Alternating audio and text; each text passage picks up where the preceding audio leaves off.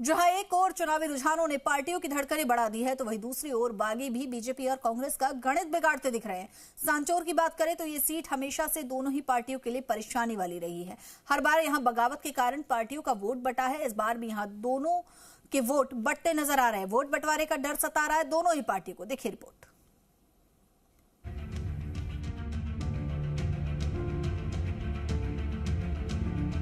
विधानसभा चुनाव में 2018 की तरह सांचौर में बगावत के कारण भाजपा के वोट बैंक में बंटवारे के कयास लगाए जा रहे हैं, क्योंकि साल 2018 के चुनाव में भाजपा में बगावत के कारण वोट बैंक में बंटवारा हो गया और इस बार भी यही स्थिति नजर आ रही है। भाजपा में बगावत के कारण वोटों का बंटवारा तय माना जा रहा है। सांचौर से भाजपा के पूर्व विधायक जीवाराम चौधरी और पूर्व प्रत्याशी दानाराम चौधरी टिकट के दावेदार थे, लेकिन जैसे ही पार्टी ने सांसद देवजी पटेल को टिकट दिया, उसके बाद फिर से 2018 जैसी स्थिति बन गई। दोनों एक हो गए और जीवाराम चौधरी और दानाराम चौधरी ने एक होकर निर्दलीय चुनाव लड़ा।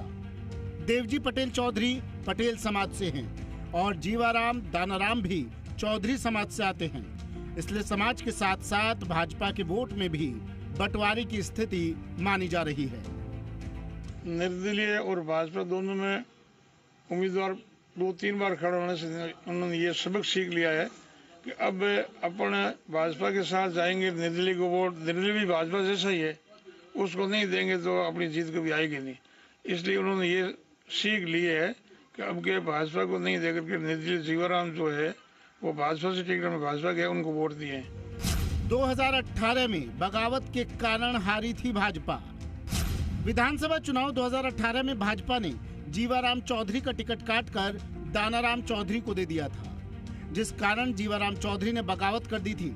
इसलिए भाजपा को हार का सामना करना पड़ा। भाजपा में वोट बंटवारा हो जाने के कारण कांग्रेस से उम्मीदवार सुखराम बिश्नोई यहां से दूसरी बार चुनाव जीते और मंत्री बने थे। कांग्रेस से बागी हुए डॉक्टर शमशेर अली। भाजपा के साथ साथ कांग्रेस में भी वोट बंटवारे का डर सता रहा है। कांग्रेस से मंत्री सुखराम बिश्नोई ने चुनाव लड़ा है, वहीं कांग्रेस से पीसीसी सदस्य डॉक्टर शमशेर अली ने इस बार बागी होकर बसपा के टिकट से चुनाव लड़ा है। इसलिए कांग्रेस के वोट बैंक में भी बंटवारे की बू आ रही है।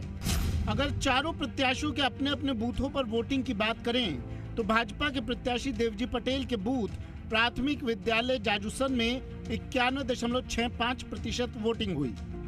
भाजपा से बागी जीवाराम चौधरी के बूथ माध्यमिक विद्यालय अरनाए में 78.61% वोटिंग हुई।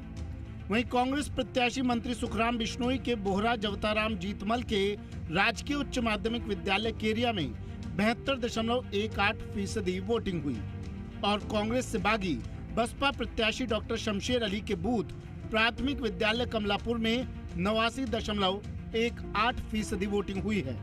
अगर कुल वोटिंग की बात करें तो इस बार 80.85% मतदान हुआ। अगर पिछले 5 चुनावों पर नजर डालें तो 1998 में 71.28%, 2003 में 79.35%, 2008 में 76.75%, 2013 में 82.92% और साल 2018 में 81.39% मतदान हुआ है।